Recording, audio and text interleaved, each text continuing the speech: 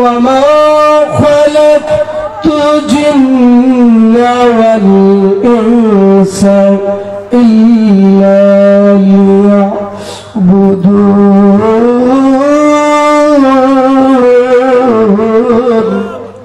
ঘোষণা কে দিয়েছেন?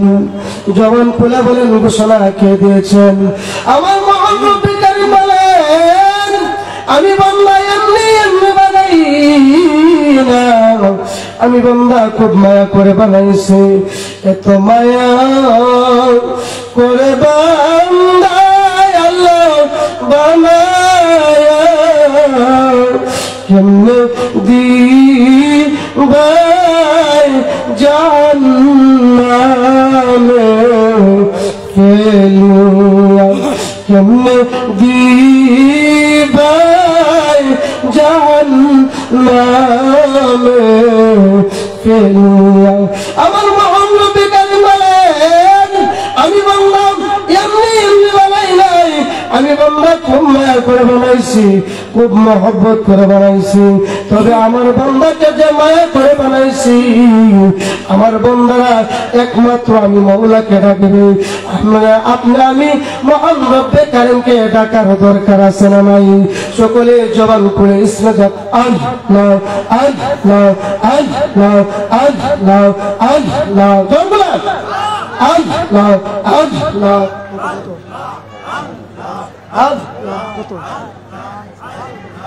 Allah, Allah, Allah, Allah, Allah, oh, Mawabud, Mawabud, Baki, Amadawat, Mawabud, Marhaba, Allah, Allah, Allah, oh, Mawabud, Mawabud, Baki, Amadawat, Mawabud, Asike, Mawabud, কবুল করো গো আজকে মাহফিল কবুল করো গো আমার নবী হুজুর সাথে রে মাশাআল্লাহ আল্লাহ আল্লাহ ও মাহবুব মওলা রে ডাকে আমরা তোমার রে ও মাহবুব মওলা রে ডাকে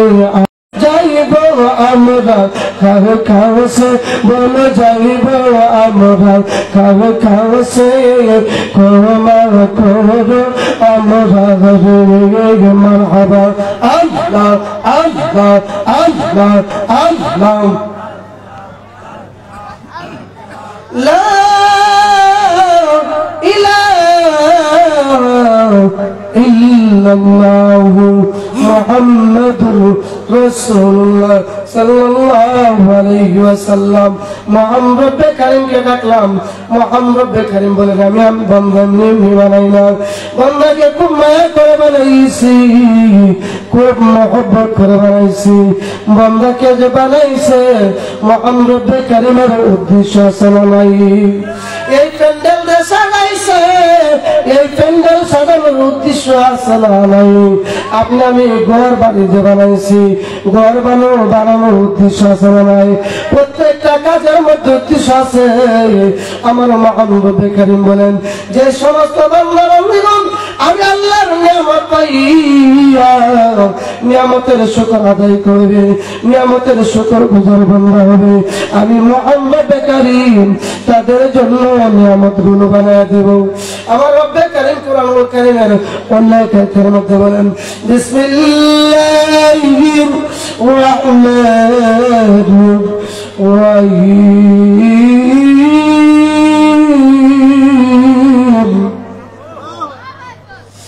لئن شكرتم لأزيدنكم ولئن كفرتم إن عذابي لشديد।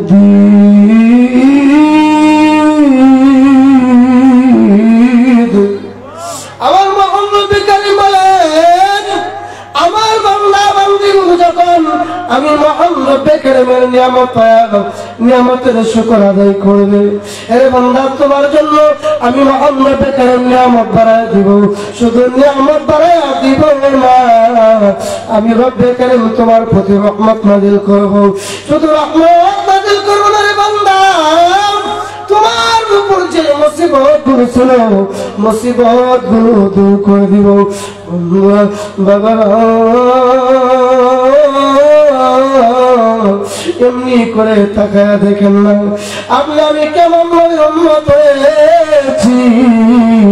যে নবীর উম্মত হওয়ার জন্য আদি পিতা আদম আলাইহিস সালাম থেকে ঈসা রুহুল্লাহ পর্যন্ত সমস্ত নবী রাসূলগণ আল্লাহর কাছে আরজি করেছে, মহান রব্বে কারীম আপনাকে আমাকে না চাইতে এমন একজন নবীর উম্মত করেছেন, আপনি আমি এমন একজন নবীর উম্মত হতে পেরেছি।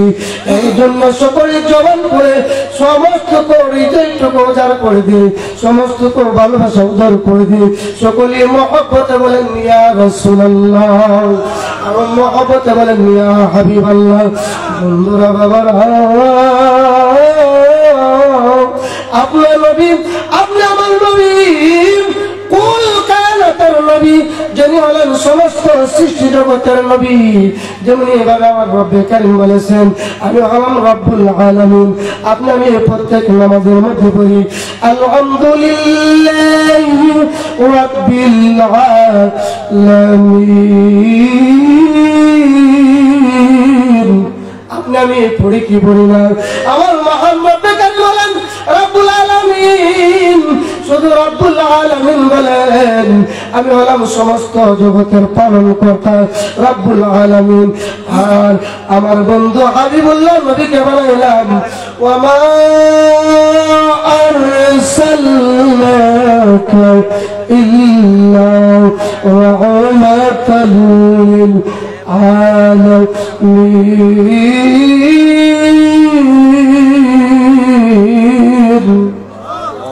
আপনি আমার নবী হলেন রাহমাতুল লিল আলামিন।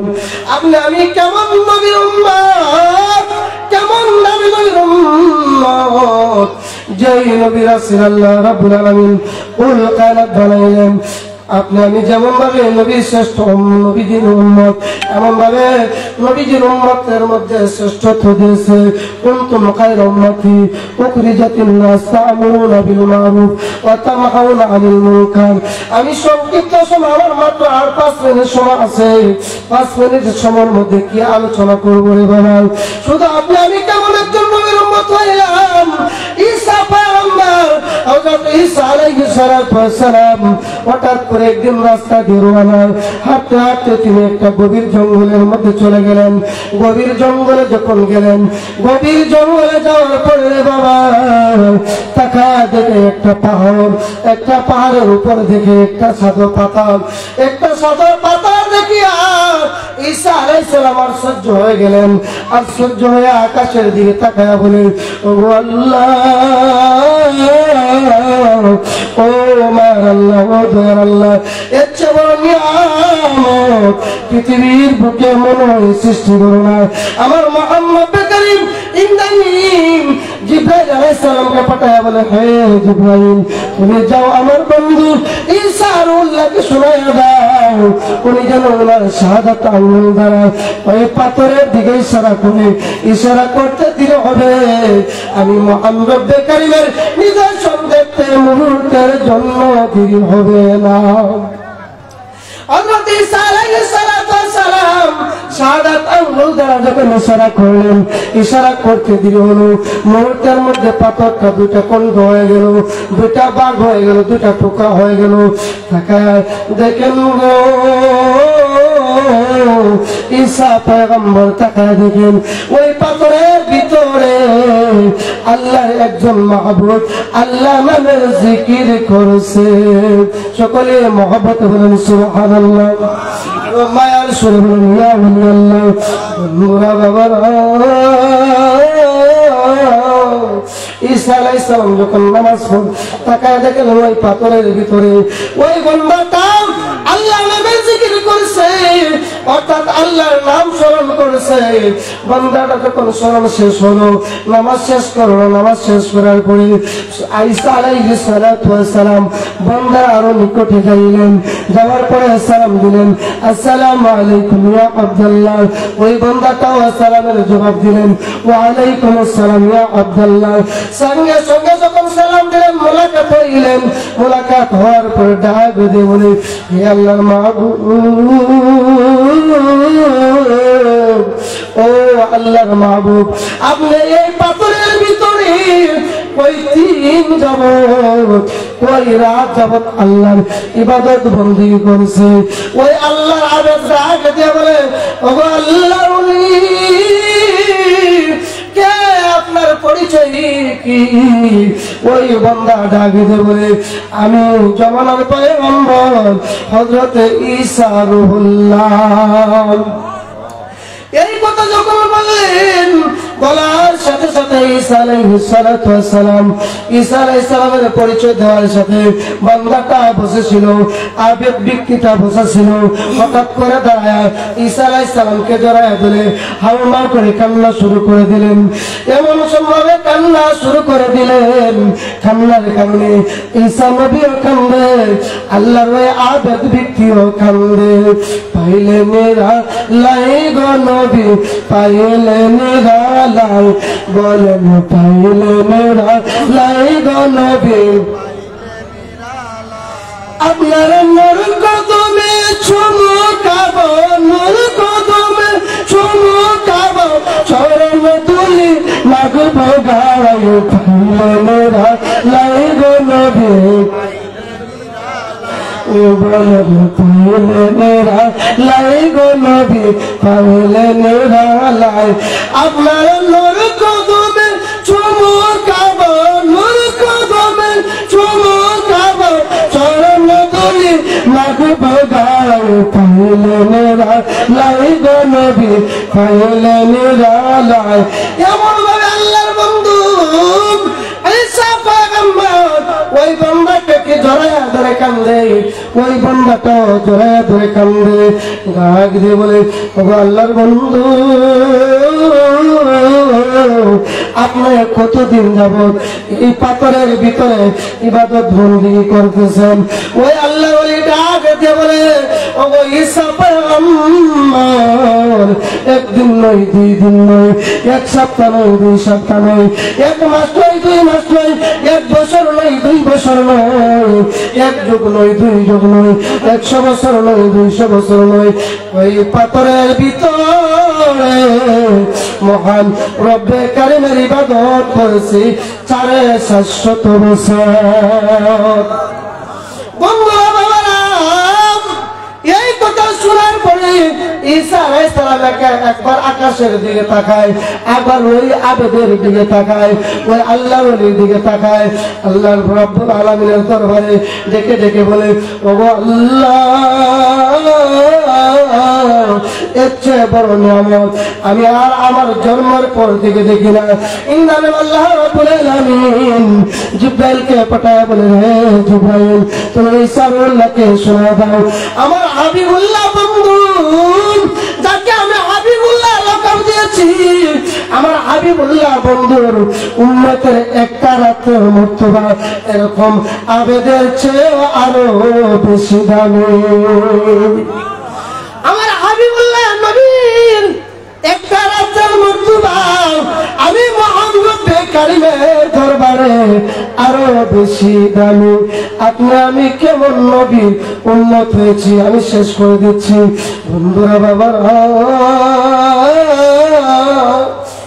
ও আমার আশিকে বুঝাকিরেন মুহিদ্দিন ভাই বাবা, ঈসা আলাইহিস সালাম যখন ওই কথা শুনলেন, ইন্দানের সেজদার মধ্যে পড়ে গেলেন। সেজদার মধ্যে পড়ে ঈসা রূহুল্লাহ হাউমা করে কান্না শুরু করলেন, ও আল্লাহ, তোমার হাবিবুল্লাহ নবীর একটা রাত্র মর্তবা যদি ওই আবেদের চেয়ে আর বেশি দামি হয় যে পর্যন্ত তোমার হাবিবুল্লাহ নবীর উম্মত হিসেবে আমাকে কবুল না করবা। জমিনের মধ্যে সেজদা দিয়েছি কিয়ামতের আগ মুহূর্ত পর্যন্ত, অর্থাৎ মৃত্যু পর্যন্ত আমি জমিন থেকে আর মাথা উঠাবো না। ওই রাত্রটা হলো লাইলাতুল কদরের রাত্র। লাইলাতুল কদরের রাত্র কেন এত দামি? কারণ আল্লাহ রাব্বুল আলামিন ওই রাত্রিতে গোটা 30 পারা কোরআন লৌহে মাহফুজ থেকে প্রথম আকাশে নাযিল করেছেন।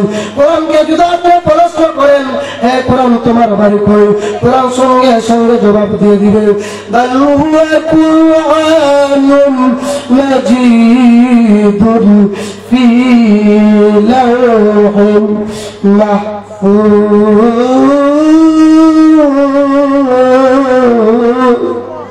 আমার বাড়ি হলো লৌহ মাহফুজে। আবার যদি কোরআনকে প্রশ্ন করেন, হে কোরআন তুমি লৌহ মাহফুজ থেকে এই পৃথিবীর বুকে কেন আসছো, কোন কারণে আসছো, কোন নিয়ামত নিয়ে আসছো, কোরআন সঙ্গে সঙ্গে উত্তর দিয়ে দিবে, উদাল্লিল মুত্তাকিন,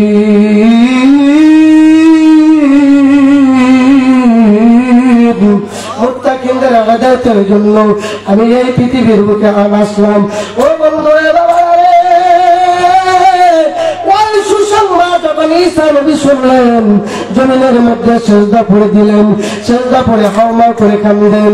ঈসা নবীর কান্নার কারণে পাহাড়টা তরতর করে কাঁপতে শুরু করলো, জমিনটা তরতর করে কাঁপতে শুরু হলো। ঈসা নবীর কান্নার আওয়াজের কারণে হিংস্র প্রাণীগুলো, বাঘ বন্যগুলো, জঙ্গলের হিংস্র প্রাণীগুলো চতুর্দিকে ঘেরাও করলো। উড়ন্ত পাখিগুলো ঈসা নবীর চতুর্দিকে ছায়াপথ করলো। ঈসা নবী কান্না থামায় না।